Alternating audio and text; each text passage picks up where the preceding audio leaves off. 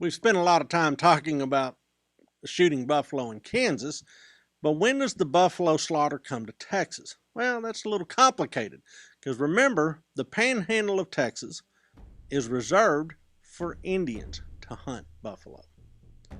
Well, it's not like Indians haven't been hunting buffalo in Texas historically. We've talked about that a lot. And really, the only hunting that goes on in Texas after the Civil War involves settlers coming out and shooting a few to supplement their grub stake, I guess.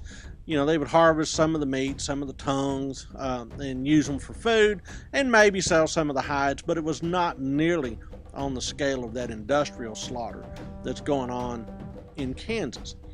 Well, those industrial hunters up in Kansas, pretty soon they start eyeing the herds in Texas with a great deal of interest. The buffalo herd is really only still intact south of those tracks in the panhandle of Texas and the plains of western Texas. Despite Indian treaties in 1865 and 1867, hunters are going to start showing up and taking their chances at shooting these herds.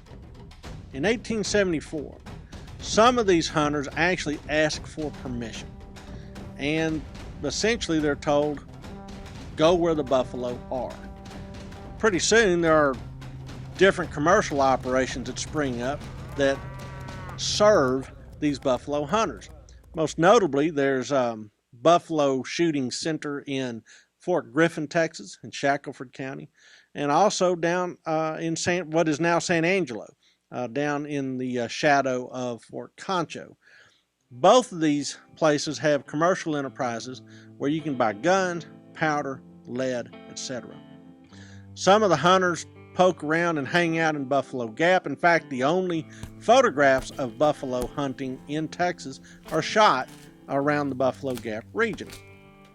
But to tell you how many buffalo we're talking about in that sort of crescent from Shackelford County down to Tom Green County, one observer in present-day Abilene said that he watched a herd walk by for 3 solid days without a break. Well, besides this sort of southern crescent, there's hunters coming in from Kansas as well. So now we have hunting pressure that surrounds that Texas herd. It looks like there's going to be a big bonanza in the buffalo shooting business starting in 1874. But the Indians are not going to go down without a fight. After all, technically these buffalo are theirs, or at least they're supposed to have access to them exclusively in the panhandle.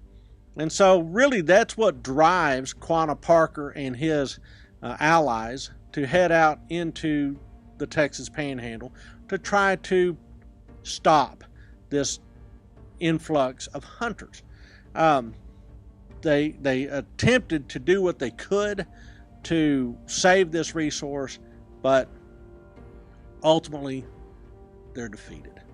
And the Indians essentially have to watch as the buffalo disappear and they return to the reservation. Well, there's people in Texas that say, look, why are we slaughtering all these magnificent animals? We should actually do something to protect them. In fact, several states and territories across the American West pass legislation that protect buffalo. But mostly this legislation comes way too late because, frankly, Americans are good at killing buffalo.